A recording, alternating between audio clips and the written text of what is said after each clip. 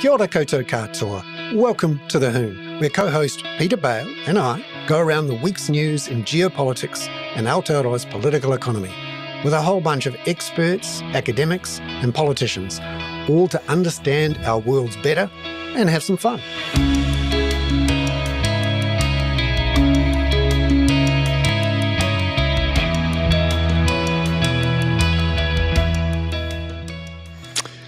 Tēnā koutou katoa. Ngami nui and welcome into the Hoon. I'm flying solo today.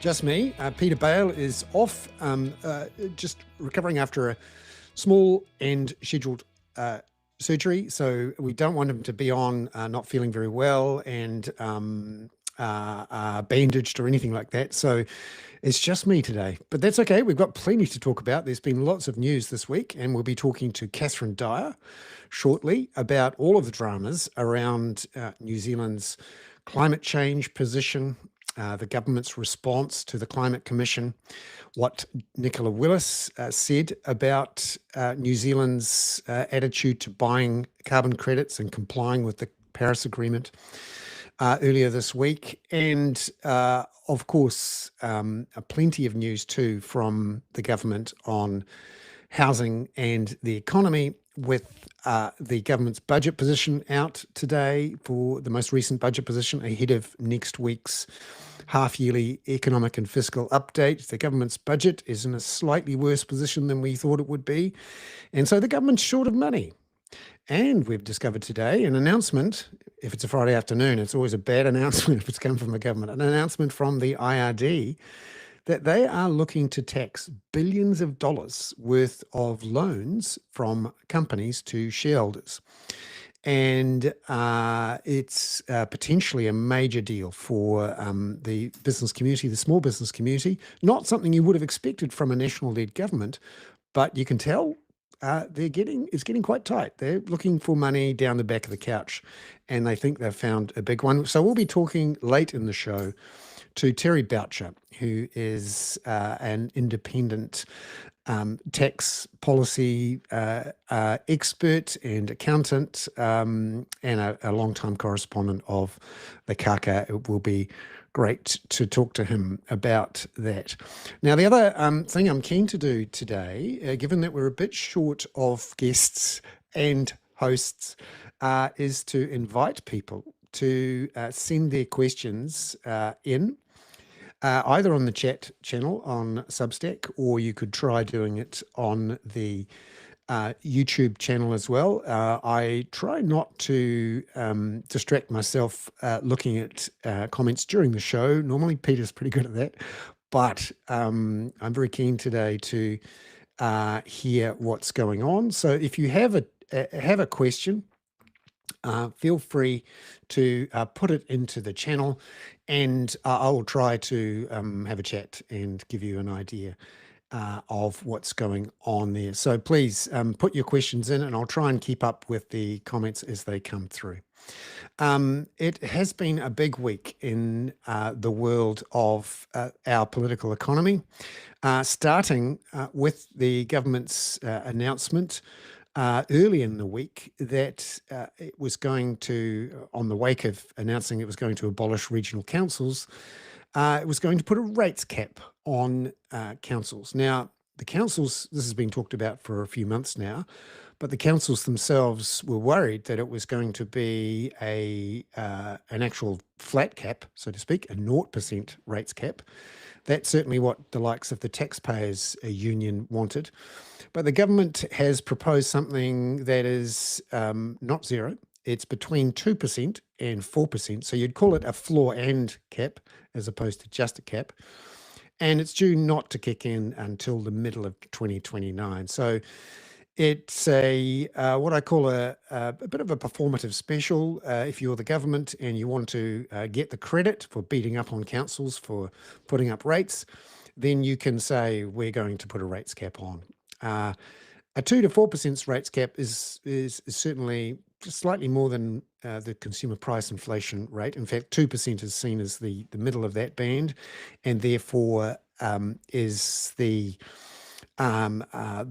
the floor, if you like, of the floor in the cap, and then 4% is seen as the general level of nominal GDP growth.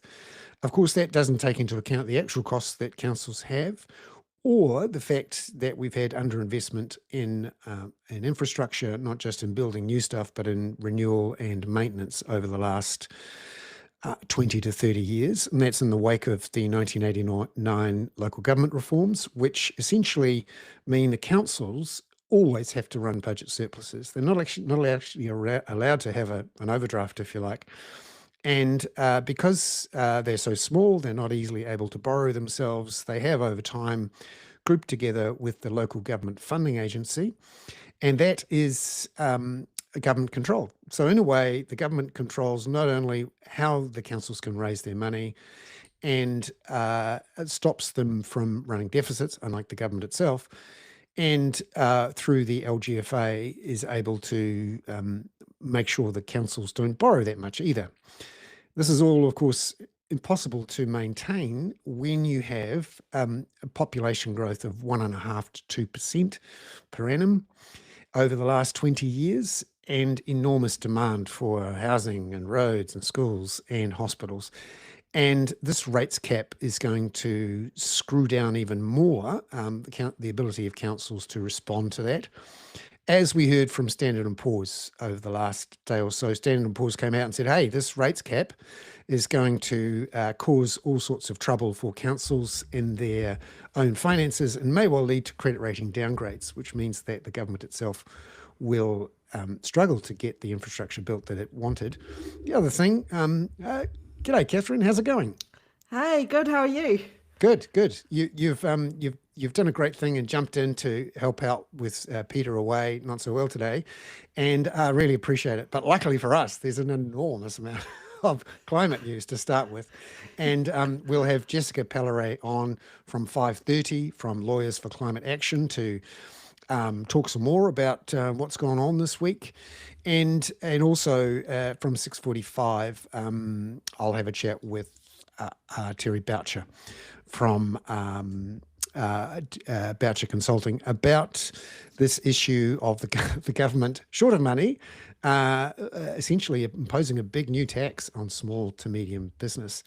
And it's all part of this story. Every time the government does something, there's an unintended consequence, perhaps, or a negative feedback loop or blowback, which has hit the government in all sorts of ways, financial to start with.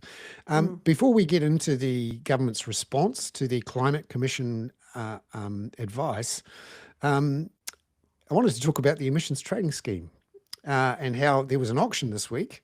There was supposed to be an auction this week, and no bids. Tell us about the emissions trading scheme and how functional it is at the moment, or not. Yeah, it's certainly taken a bit of a bit of a dive since the government's last meddling, which was to de-link the emissions trading scheme from our Paris agreement, our NDRs. So that what that's done is basically remove the it's caused all of the people that are buying emission certificates to see a bit of instability in what the government's policy is going to be in the future. So that always is reflected in prices. Instability is bad for ETS pricing, and it's also, we were using the international market to be kind of like an effective pricing cap for us, in the sense that we would be aligned with international pricing eventually when we were linked, in order to purchase offshore emissions to match our Paris Agreement targets for 2030. And so all of those things combined have led to a loss of confidence in the market, and the prices dropped, and people are not lining up to buy big amounts of emissions and certificates in an auction. Yeah, and effectively, the government's actions to essentially rule out bringing agriculture into the scheme, and also a decision today, it seems, to not include aviation and shipping in New Zealand's approach to climate change. This means that whenever the market does trade carbon credits now, we're looking at prices, last I saw, $30 or $40, which is just completely nuts compared to the, $150 to $200 New Zealand a tonne that things are trading at in Europe and the likes. Basically, it's wrecked, which is counterintuitive for a government which has said in the past that its main tool for dealing with emissions reduction is the emissions trading scheme. This was going to be the great market mechanism that incentivized everyone to get it done. Yeah, Quite a what thing. traders are doing when they look at that scheme is they're saying, we don't think the government is serious about emissions reductions, and therefore that's reflected in the price that we're prepared to pay for emissions reduction certificates. And this is what happens with emissions trading schemes, by the way, in general terms, is that they often become a barometer for the level of political commitment to actually doing things, and whether they think that the government is going to interfere with the market, or whether the government is going to try to, avoid things happening that leads to increased pricing for things like gas, petrol at the petrol pump. So if they feel like the government is uncomfortable with those things and is gonna pull back from doing anything about climate change, then that gets reflected in the price. And this is one of the reasons why a lot of economists say, and have said for a long time, that a carbon tax is a better approach than an emissions trading scheme. The main difference between the two is that emissions trading schemes allow for more political interference over time. Yes, and in a way, it's the perfect solution for a politician who wants to be seen to be doing something, but be in a position to play with the rules in response to lobbyists and provide favors. And, this is the perfect thing for a politician who sees themselves managing the status quo and effectively being a manager of the prison, if you see what I mean. When Yeah. you're captured as a democracy, the prison manager is quite a popular person. Their phone is always ringing. And when you've got a scheme like this that is full of exceptions, inclusions, limits, contributions, it becomes a perfect vehicle for a politician who wants to be seen to be doing something to change it, but actually not doing that much at all. Yeah, there's a lot of different ways that the politicians can interfere with the settings, with the instrument, so to speak. One of those things are like, when an industry comes into the emissions trading scheme, they're often given an allotment of free emission certificates. That could be as much as 95% of what they need in order to, and so they're only paying for the remaining 5%. So those industrial allocations we've been talking about for a long time, in terms of the original idea was that you started with high free industrial allocations and you reduce them sharply over time, so that those industries are exposed to more and more and more of the cost of their greenhouse gas emissions, and so that we haven't seen those reductions in the industrial allocations moving at the pace they should be either. So there's lots of different ways that they can make adjustments to the system, and that's and what we see is what we're getting, where they don't take it seriously, then neither does the market. Yeah, that's right. You F around and find out in these market situations, particularly Yeah. if you're using this as your main tool to do the work, and you're saying that markets work, and that if only Yeah. you have a well-regulated, transparent market, you can solve the problem.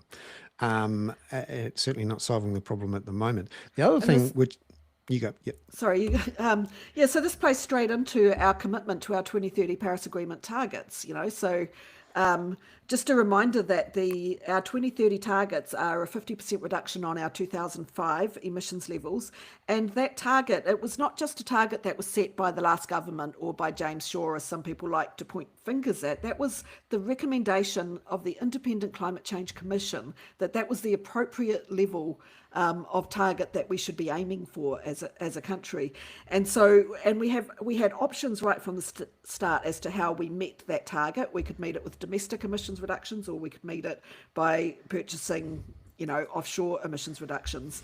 And by knocking out all of the architecture for domestic emissions reductions. And then the last remaining bit of it really was the emissions trading scheme, knocking that out. That leaves us really highly exposed to international emissions prices and having to buy emissions reductions offshore in order to meet that target.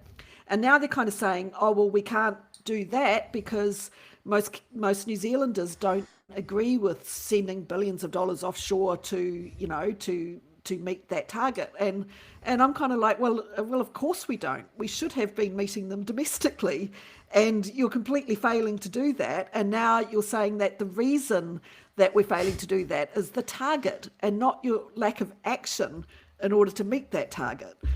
Yeah, it's amazing, isn't it? How you've essentially gone from a position of, don't worry, we've got this sorted here at home, and then you change the policies so that you don't have it sorted, and then you complain about having to buy the credits overseas. What I find interesting about this is really a problem which is coming home to roost in a big way. I often look at these things through a financial lens, and one of the best ways for any company, anyone, to have some discipline applied is to have a looming liability sitting on their balance sheet that they need to reduce. And one of the mechanisms that's been proposed again and again is that the government, and particularly the Treasury, account for this likely having to buy credits on international markets to meet our Paris Agreement commitments, and to account for it with essentially a contingent liability in the Crown accounts. And this has been debated for quite a few years now, where a lot of people in the climate policy community have said, hey, it looks like we're going to have to buy 50, 100 million tons of this stuff. It's going to cost, depending on the price and the exchange rate on the day, if we use established markets, it's going to cost us tens of billions, certainly billions.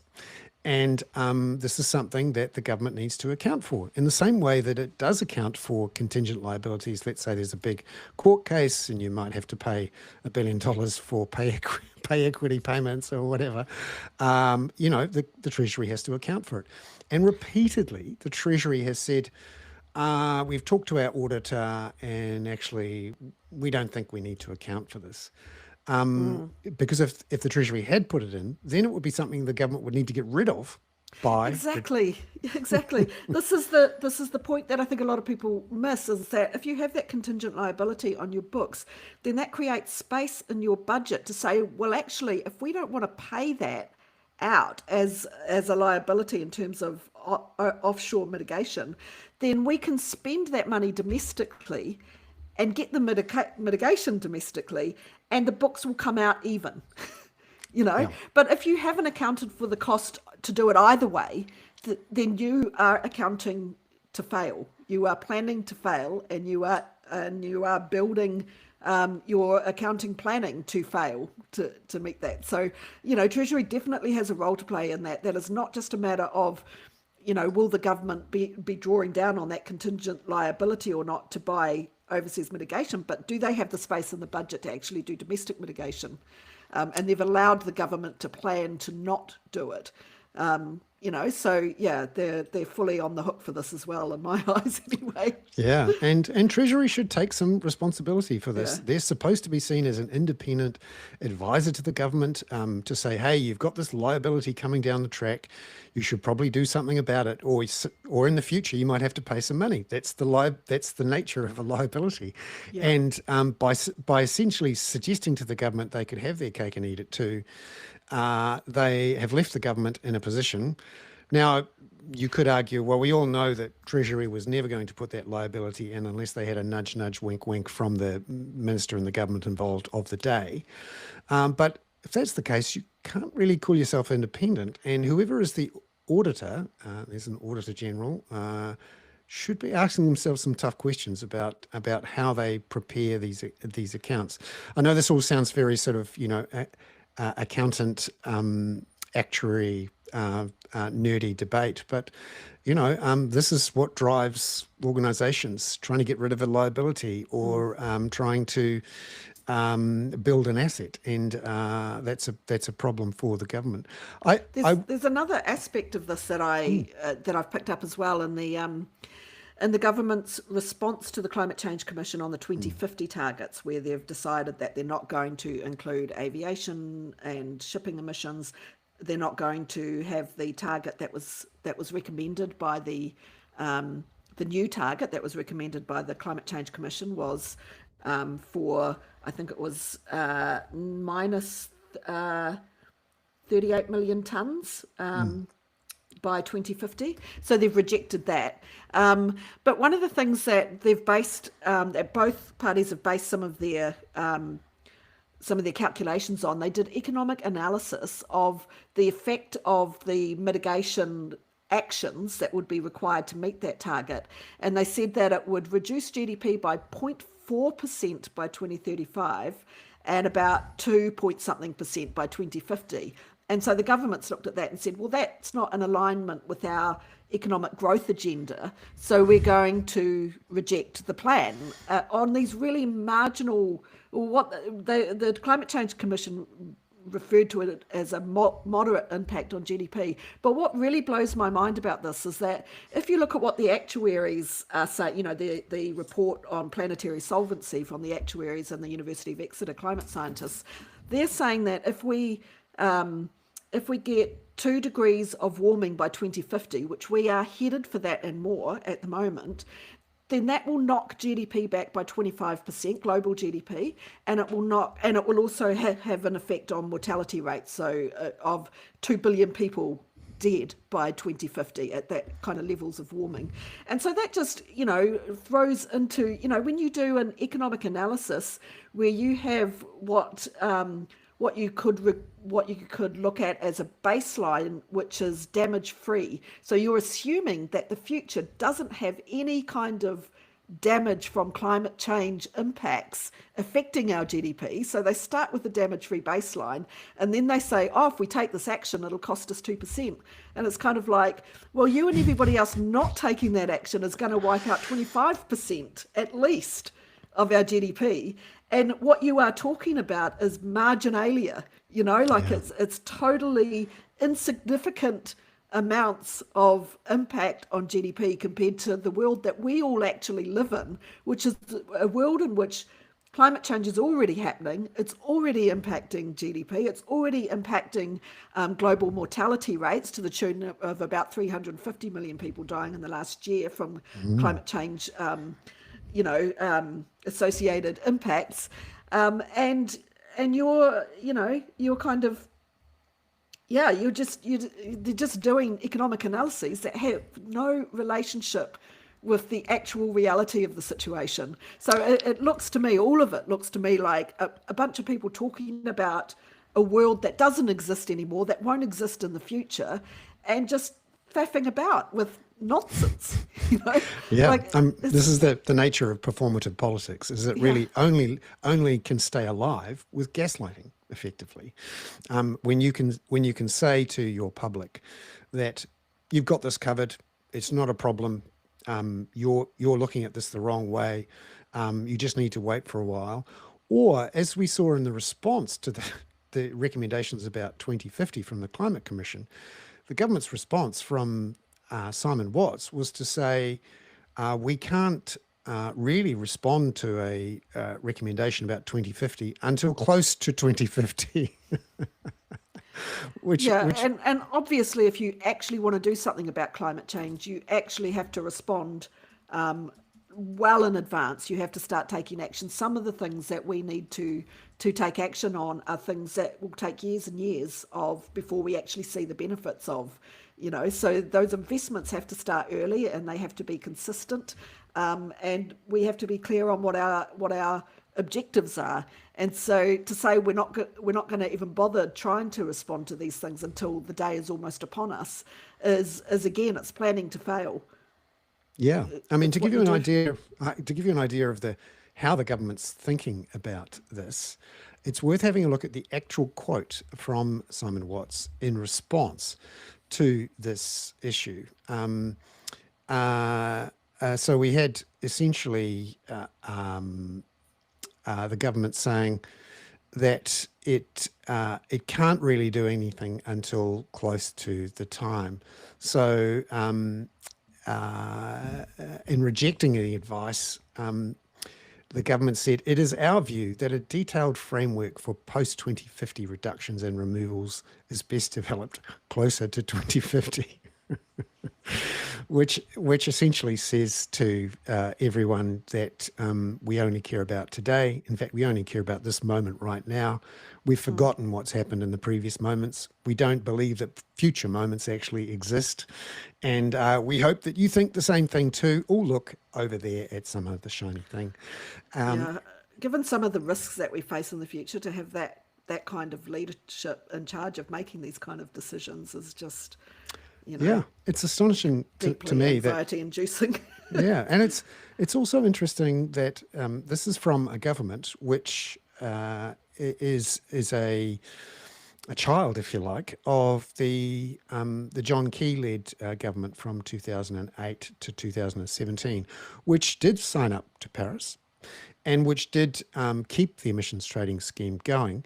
Now, and also did buy credits internationally, although, of course, we know that those credits bought internationally were supposedly hot air credits bought from Eastern Europe. These are the ones where the Russians and the Ukrainians actually said to the world, "Hey, look, we've reduced our emissions," and the main reason they did that is because they closed their factories down because they weren't producing anything or they couldn't sell anything from those factories, which is not a real reduction. So, Yeah, these were the emissions credits, by the way, that were banned on the EU trading market, and so yeah. almost all of them were coming to New Zealand at that point in time.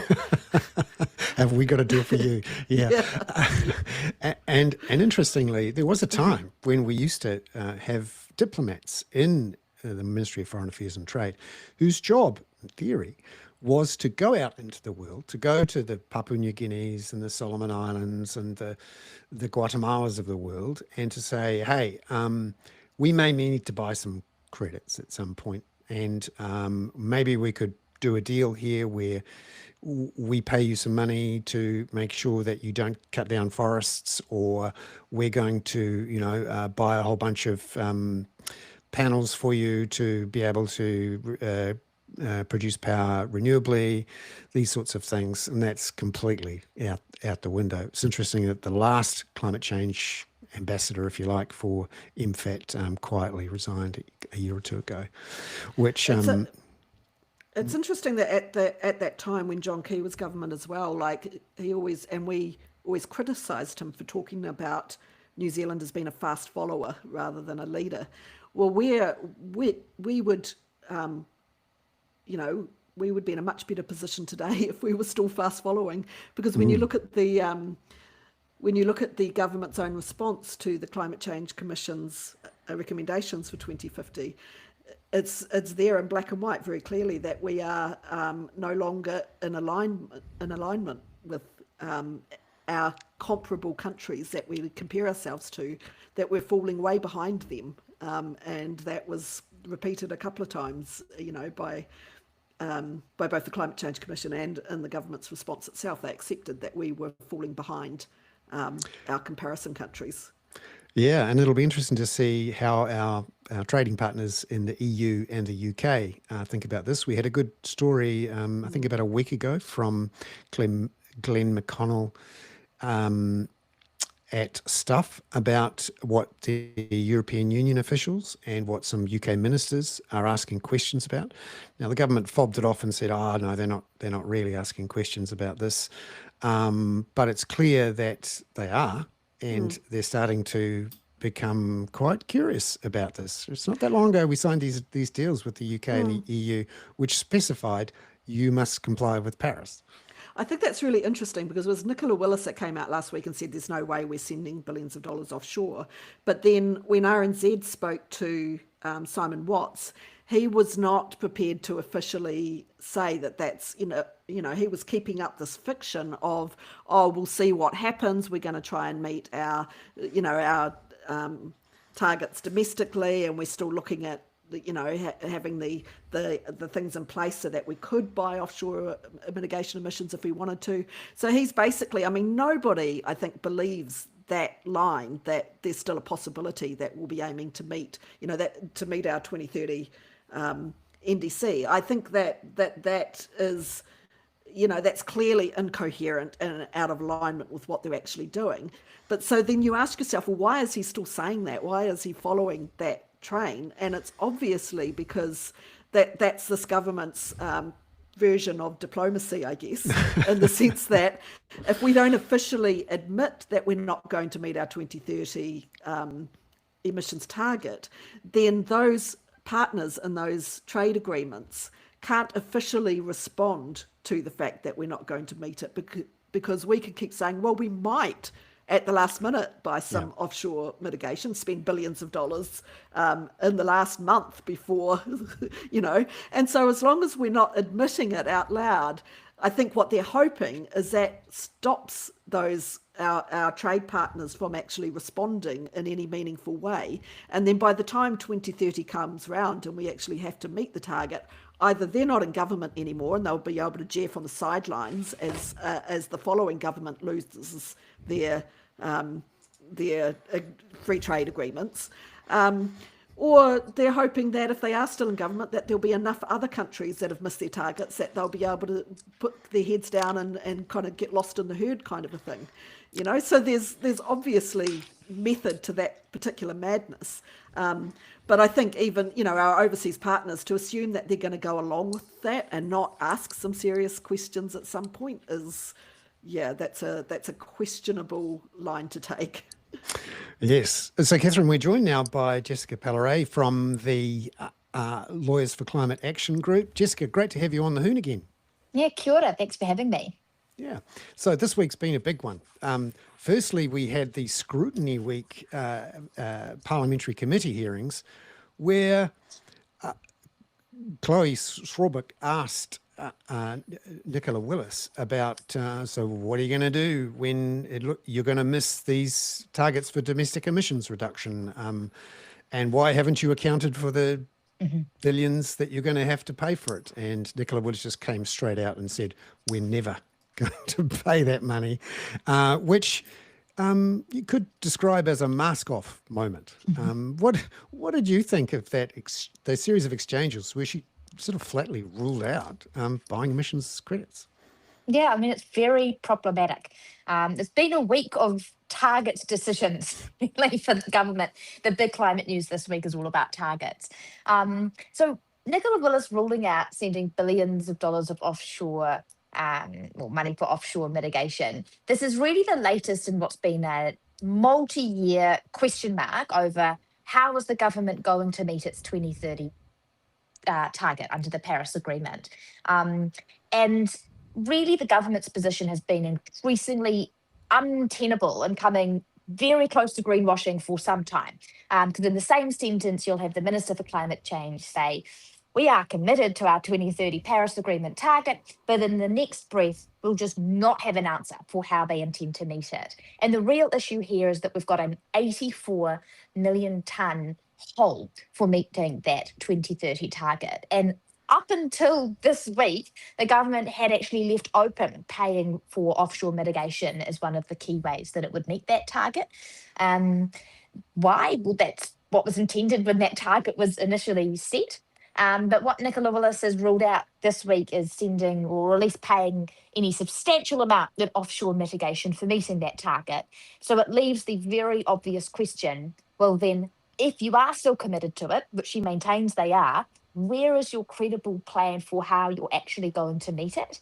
And the critical point here is that actually having that credible plan is an obligation under international law. So the government's finding itself in a really difficult position and really boxing itself in, hoping for some new technology to come and save the day pre-2030.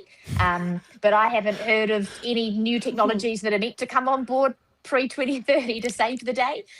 So it's really a land of wishful thinking at the moment. Yeah, that 2030 line, there's a part of my brain which has been trained over the last couple of decades to think that 2030 is a long way away. And so we don't need to worry about it. Same with 2050, carbon zero by 2050. Oh, yeah, that's a good thing to look for. But it's so far away. Anything could happen. I remember asking John Key, actually, and others about some of the long-term forecasts they were getting for all sorts of things from Treasury and the Climate Commission with numbers like 2030 and 2050. And their eyebrows always arched up and their eyes rolled back in their head a little bit when they said, who can really forecast out to 2030 or 2050? It's so far away. You change a few variables here or there and suddenly you're safe. The problem I think now for 2030 is that's just 5 years away. Less. 4 years away. Exactly. So there are people buying cars today that will be happily churning out the emissions in 4 years' time. Sadly, the average age of our fleet is, I think, 14, and it seems to be growing every year. And even if you're doing in Norway and 90% of your new cars are electric, you've still got a fleet that's, well over 50% fossil fuel. And we don't have time to muck around on this stuff. 2050 is not that far away either. I wonder whether there's some sort of political economy problem here for everyone, which is that so far away in the distance, we don't really need to worry about it, has suddenly crept up on us. And now it's right here and now. And boy, the rubber has to hit the road. Oh, no, I don't have the rubber. That's the problem. When we've been saying to the minister for a number of months now, because we've been asking the minister, how do you intend to meet your 2030 target for some time, particularly after the International Court of Justice released its advisory opinion on states' obligations on climate change earlier this year. We took from that that the international legal position was pretty clear, that you have to have measures in place that are capable of meeting the objectives of your target. That's a quote from the judgment. So as soon as that came out, we wrote to the minister and we said, this position has now been clarified by the top court in the world. What are you doing? And his answer at that point was, we're considering all options. And at that point, that included offshore mitigation. And our response was, and still is, how long can you stay in a state of considering all options? Because that is not using all means at your disposal. That is not having in place credible policies that are capable of achieving a target. Considering all options isn't good enough, particularly in a climate context where policies that you set today may not even have an emissions impact for 10 years, right? That's one of the difficulties with climate policies. And Christina Hood did some fantastic analysis the other week, looking at what would have happened if New Zealand had implemented our first emissions reduction plan in full. And I think based on her analysis, the numbers on the top of my head, it was roughly that we would have had about 30 million additional tonnes of abatement than we are actually projected to now have until 2030. So in other words, there were lots of policies and decisions that we could have made, or actually did make and then decided to scrap years ago, that would have helped and actually saved money when we're looking at what we do now for 2030. But this is what I mean when I say the government's backed itself into a corner here. If it's not going to use offshore mitigation, then it better start revising its second emissions reduction plan and stop cancelling climate policies, stop weakening our methane targets, stop scrapping clean car standards. All of those decisions are really inconsistent with the statement that they are still committed to the 2030 Paris target.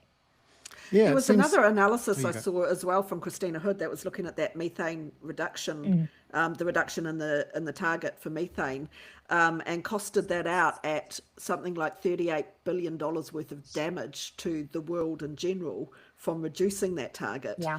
And so we're concerned about, we don't want to spend, $1 billion offshore on emissions reductions to meet our obligations, but we have no hesitation in sending $38 billion worth of additional damage out into the world because, we've reduced a target that we could have met. Yeah. Sorry, Bernard, you go. No, you go first. I've got another thing for later on. Yep. Well, I was going to say, I think this is part of the fallacy about how we talk about economic costs of climate policies. And you actually saw that in the government's other decision today, which was to weaken our 2050 target. when they or weaken the 2050 methane portion of that target, but otherwise not strengthen our 2050 target as had been recommended by the Commission. Driving this analysis was a sense that if we increase and improve climate ambition, that's incompatible with the government's growth agenda. But their metric for that is a fairly narrow GDP assessment, and it doesn't, I don't think, take into account the analysis that Christina did, for example, about, well, what are the additional costs of not taking action now? They also mentioned things like some of the co-benefits of doing those emissions reduction strategies, but they are not costed into the Precisely. economic analysis. So there are health co-benefits, like if you reduce pollution in the atmosphere from transport emissions, you have lower healthcare costs. And that's just not just lower costs, but that's less people sick and in hospital and dying early from diseases that are related to the pollution that we wouldn't have otherwise had. That's not costed into that analysis. And there are other things as well along similar lines where you kind of go, there's all these benefits. There's benefits to the to our water quality. And that will translate into costs down the line when we have to clean up our water in order to have it be drinkable, in our water systems. That's not been costed. And so all of the indirect and broader impacts of not pursuing those policies, they're not costed in. And if they were, the amount of economic cost that they worked out that was attributable to actually reducing our emissions was so narrow and so small that they would very quickly be, wiped out, I believe, if you were really doing a much broader analysis other than this very narrow one that looks only directly at certain industries and certain costs. Entirely agree. Particularly when you look at what we're actually seeing right now in the government's accounts and in the economy more broadly. To give you an idea, one of the other big news stories this week, the rates cap on councils. And one of the reasons for that is that we've seen 10% rates inflation over the last 2 to 3 years. So much so that the Reserve Bank has not been able to cut the official cash rate perhaps as much as it wanted, because there was so much of that inflation they had to fight back with higher interest rates. But one of the reasons for that rates inflation over the last 2 or 3 years has been responding to the Auckland anniversary floods and climate and Cyclone Gabrielle, which has cost councils and the government $600 million to start with, simply in buying back red zoned land, let alone the tens of billions that it cost to repair roads, the various other damages that were taken, the insurance costs. And as it turns out, there's an excellent analysis. Sorry, I'm geeking out here on the finance stuff, but an excellent analysis in the Reserve Bank's last financial stability report showing that reinsurance costs now for New Zealand, and a big chunk of that reinsurance cost is the Natural Hazards Commission, formerly the Earthquake Damages Commission, is now at a point where it's trebled in the last decade to 1% of GDP. So that's how much we're paying now for reinsurance. And of course, as you can see from the other major driver of inflation, apart from rates, it's actually insurance costs. So the rest of the world, its reinsurers, our insurers, the weather, are saying, we're already here. The costs are already here. You didn't account for them properly. You're not responding to them properly. And, it's very real. It's not 2030. It's not 2050. It's 2023 and 2024. Yeah, no, it's quite a thing. Catherine and Jessica, thank you so much for being on the show. I'm really, really glad we geeked out on the climate stuff. It was a big week and really appreciate it. Now we're about to geek out on tax, but also on a really big, important way. Thank you very much, Jessica. Thank you very much, Catherine. Terry, thank you so much for coming on to the show at pretty short notice as it was. I saw you just earlier today as a fellow alumni of the interest.co.nz team. I was one of those near the beginning of interest.co. We had our 25th anniversary lunch today. Really good to see you. And everyone should check out Terry's excellent podcast. It turns up most weeks on interest.co. We'll put a link in the show notes to it. Terry, great to see you. But one of the Again, things, likewise. again, yeah. But one of the things I really enjoyed chatting about, and it shows you that perhaps I need to get out more, but who cares?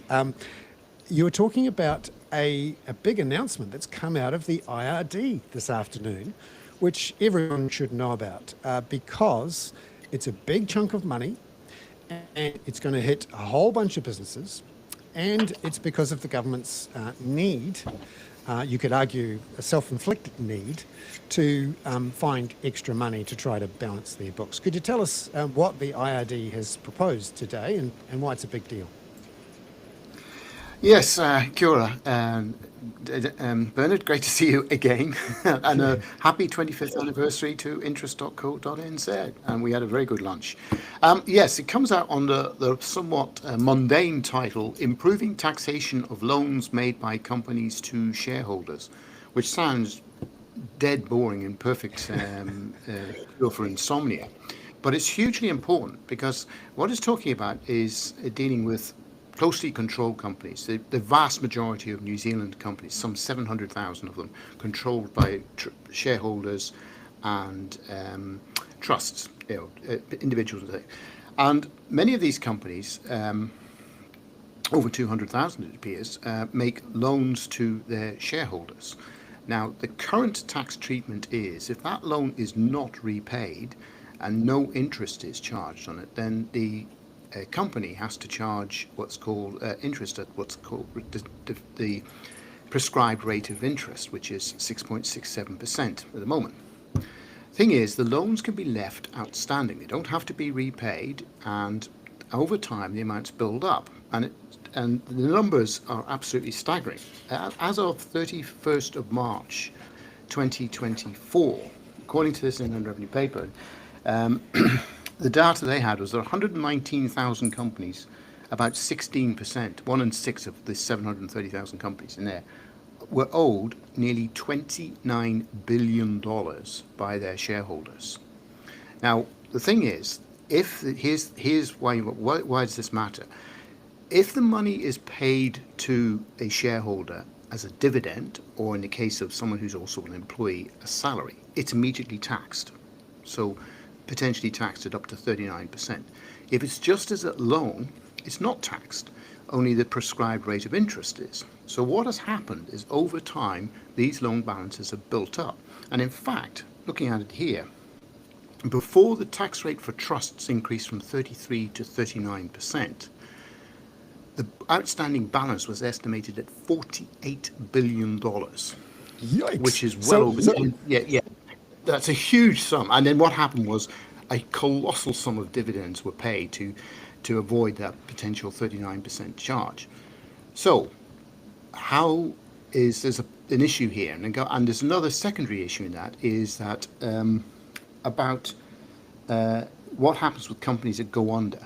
Now, according to Inland Revenue, when companies went under, went into liquidation or struck off, that amounted to about $2 billion of loans that were outstanding. Now, in some cases, the liquidators will go after the shareholders there for the purpose of the liquidators. But often, in many cases, that's tax that was paid or should have been due to, or the company went under owing tax, such as pay-as-you-earn and GST. So it's a hell of an issue here. Now, what's being proposed, and if this goes through, it's effective immediately. So from now, you've got to start looking at this. Yes, it is effective. It would be effective immediately. You've got to start recording this differently. Is that if the loans are not repaid within a period, probably will be about 12 months, then a dividend will be deemed to arrive. The shareholder will be deemed to receive that income.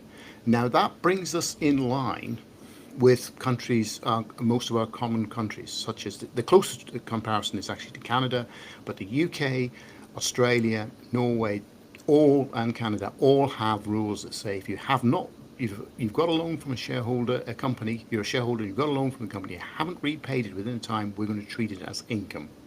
And by the way, this is also in line with the OECD's recommendations from 2024.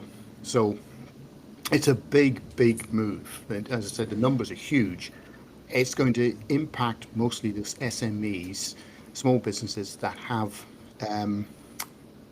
make up the core, the vast majority of businesses in New Zealand. So these are you could argue the natural supporters of the national-led New Zealand First Act government, and these 119,000 companies that currently are owed $29 billion by their shareholders. That is an amount of money which essentially shareholders have paid themselves, if you like. What we're talking about here is small companies, small to medium businesses, family-owned businesses, whatever. And instead of paying themselves a dividend, which they have to pay tax on, or a wage or a salary, which they have to pay tax on, they've essentially transferred the money as a loan and not repaid it. And that outstanding loan is currently $29 billion.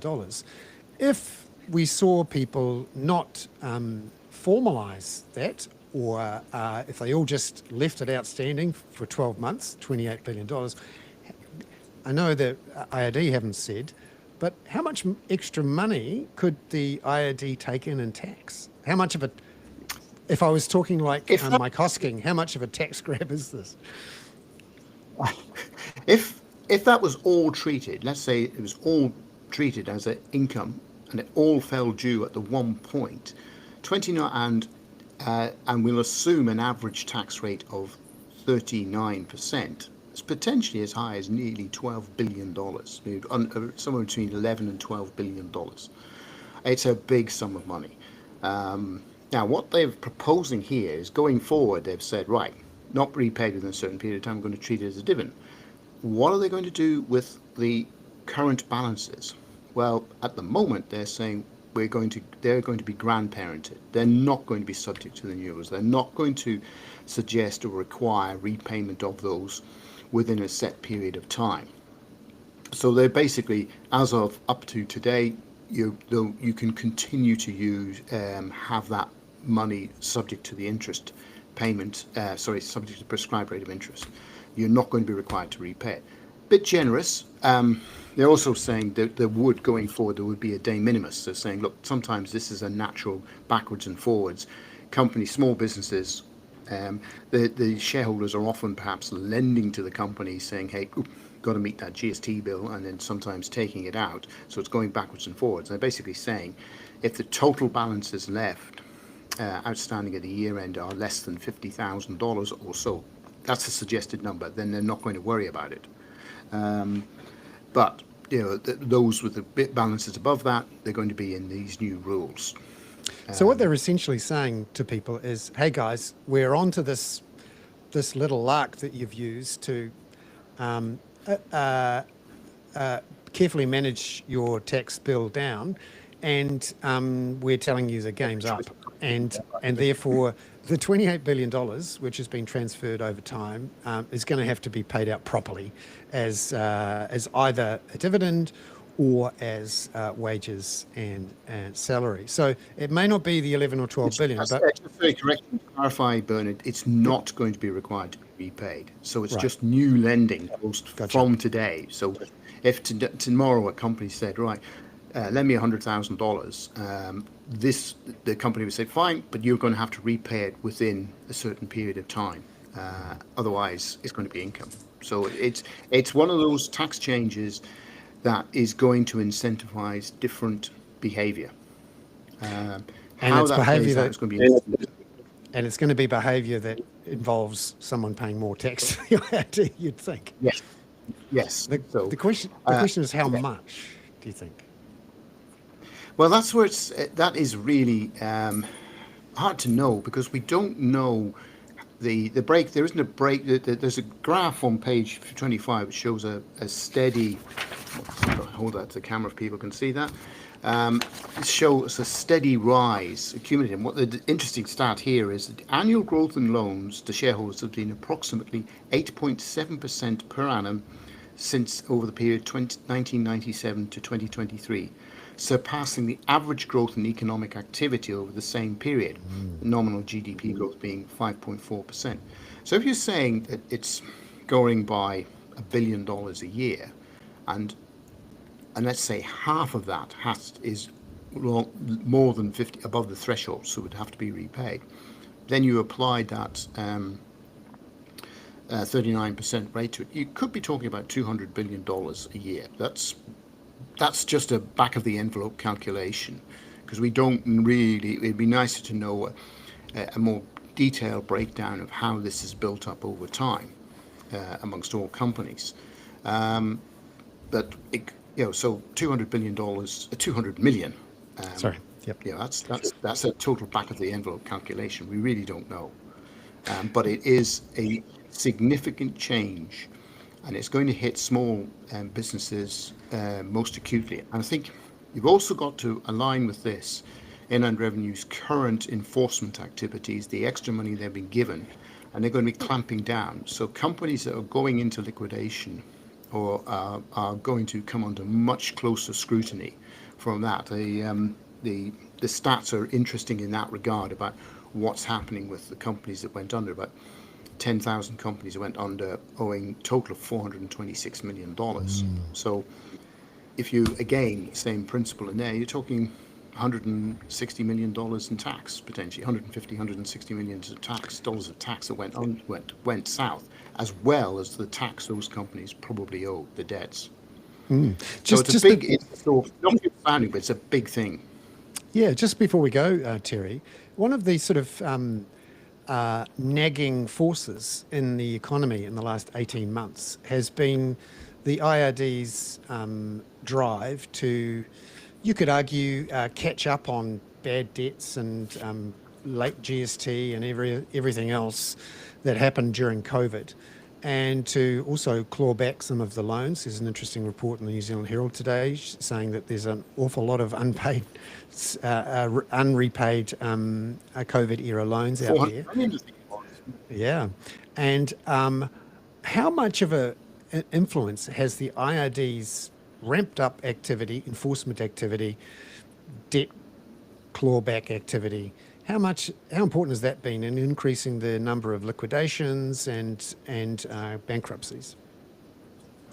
I wish I could grab the annual report and tell you that it's making a difference. The interesting thing is, and quick plug here, last week in the podcast, the transcript isn't ready yet, I was speaking to Tony Morris from Inland Revenue, who's responsible for managing this. It's a very interesting discussion.